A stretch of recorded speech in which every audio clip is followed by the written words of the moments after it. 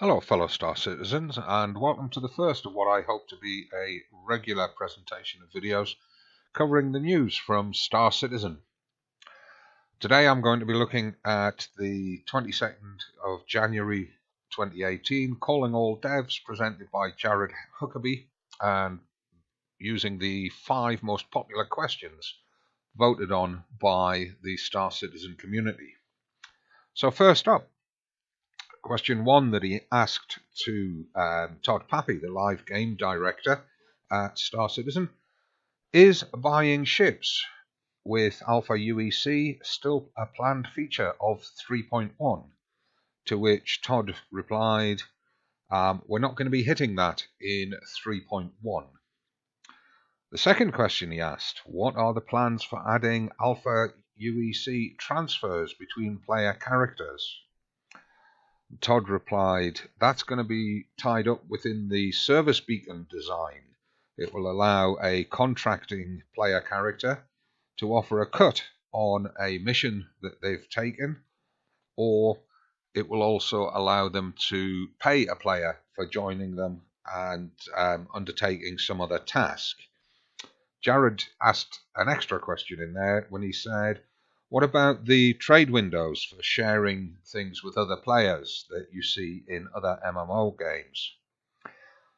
Todd said, well, again, this is basically going to be done via the Mobiglass with the service beacon design, which is for creating player-initiated contracts. The next question that Jared put forward was to Jeffrey Pease, one of the DevOps engineers in Austin, Texas. He said, will we see hotfixes between 3.0, 3.1 and 3.2? This was a bit of a confusing question for the dev, apparently, because he said, first up, we've got to designate what is a hotfix. And he described it as something that's applied to an already deployed environment or game set. It's added after the deploy, and should they redeploy the same deploy, those hotfixes would not be present and they'd have to reapply them.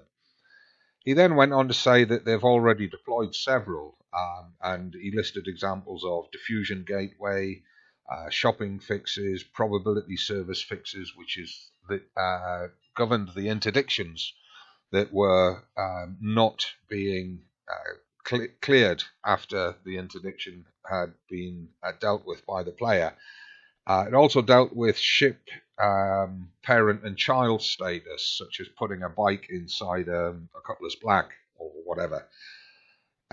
They deployed additional logging, and they realized that also in Arena Commander, the matchmaker was telling people who tried to join the battle after it had started that the battle was invalid and things of that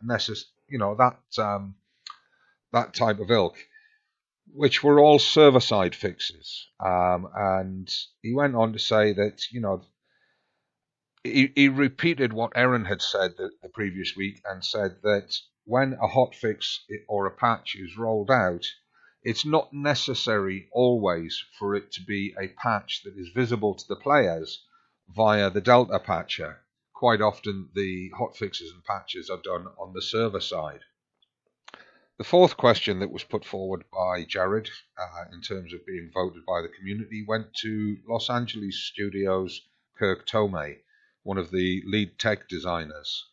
The question was simply, what is the plan for the Freelancer Variance in 2018?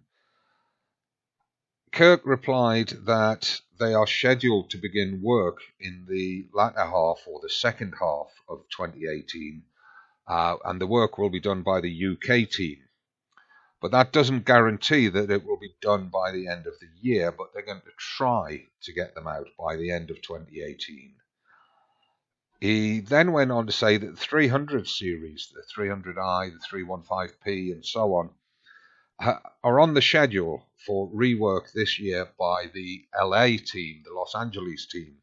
So it looks like 2 different studios, one in the UK, one in America, are working on 2 of these original 5 ship variations, 2 of the original 5 ship types that were launched during Kickstarter. and it's possible that we'll get them both by the end of this year, but it might be next year before we see them. The fifth and final question that Jared put forward went to Luke Presley, the lead designer in the UK. That's the guy that designed Benny's Henge, by the way, if you weren't aware of it. And the question was, is the current way we spawn ships in-game the final implementation? In other words, using a terminal and the ships then popping in. Now, Luke went on to say that there are further plans to improve this system, yes. The terminal user interface will get some major improvements. He explained that currently Grimhex and Olisar only have landing pads, not hangars, and that's why we see ships popping in and out. But they should be doing it in a hangar. He said that Olisar is a monstrosity, and it's a legacy that they've built onto and added to until the truck stops appear that were demonstrated at CitizenCon last year in the gameplay demo. He said those will have hangars, so the pop in and pop out of ships will happen out of the sight of players because they'll happen in the hangar, and players will have no entry to the hangar before they've asked for a ship. Once they've asked for a ship and it's popped in the hangar out of sight of everybody, then the player can go in and get the ship from there. He said there will still be some instances of ships popping in and out. Those will happen because of player logins and logouts away from stations that have got hangars.